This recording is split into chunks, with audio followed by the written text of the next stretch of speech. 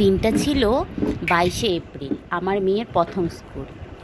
সত্যি ওর বাবা আর আমি মিলে তাই খুব এক্সাইটেড ছিলাম, ওকে স্কুলে ছাড়তে গেছিলাম।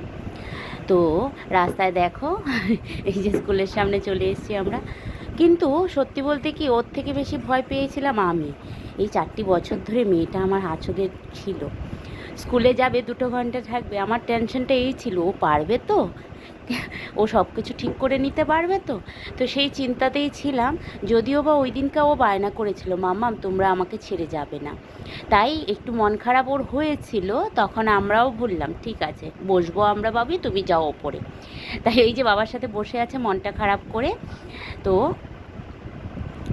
সময় মতো ও চলে গেল ওর ক্লাসে গিয়ে ও চলে ক্লাসটা করলো।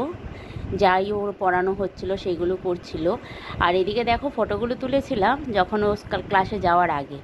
তো আমরা বসেছিলাম অপেক্ষারত অবস্থায় 2 ঘন্টা। তো কিছুক্ষণ পর দেখলাম 2 ঘন্টা হয়ে গেল, ও চলে এলো। এসে দেখছি বাহ, একদিনেই আমার মেয়ে অনেকটাই পেরেছে। তো এইটুকুই ছিল ওর প্রথম স্কুলের ব্লগ। Tata bye bye. আশা করছি আমার ভিডিও আপনাদের